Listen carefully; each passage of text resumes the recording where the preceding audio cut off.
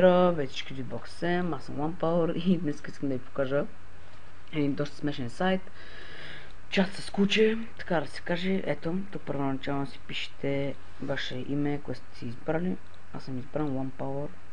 Обаче пишете на кирилица. След това натискате чат.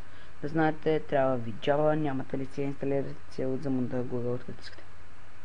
Момент, само да заради и ето го чата. Виж, кучето какво пише. OnePower, къде си закъсняваш вече с 5 минути, още малко и ще чак да си тръгне. Чакате да смея. Ето, вижте. Пише с куче. Днес се чувствам отлично, да не повярва човек. Сега ще го питам от къде си.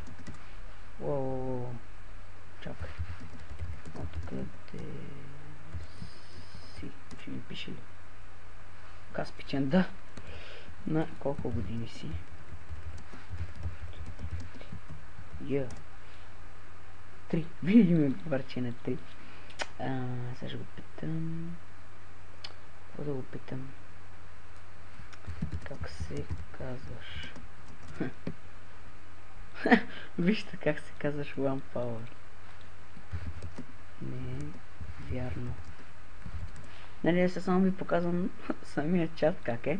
Значи като цъкнете ето тук така и излизат емоциите на кучето. Значи бяло. Кучето е щастливо и е доволно от вас.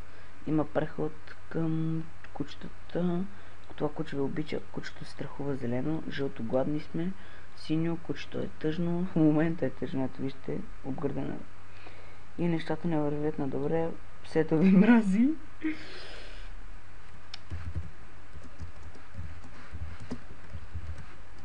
Черпя една пица след малко. Искам бира и 4 кебабчета.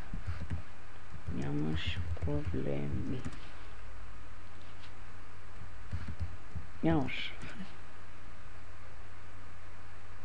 Кучето ще чеши се оглежда тъжно.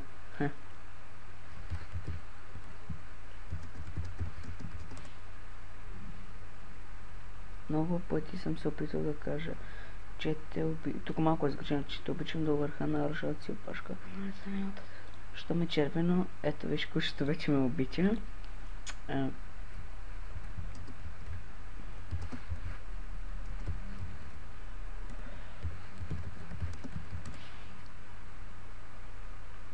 Ето да си призная и аз мъничка.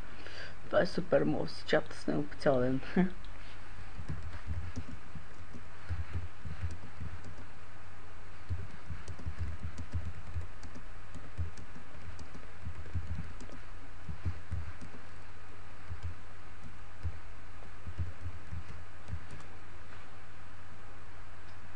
Кучето гледа скептично.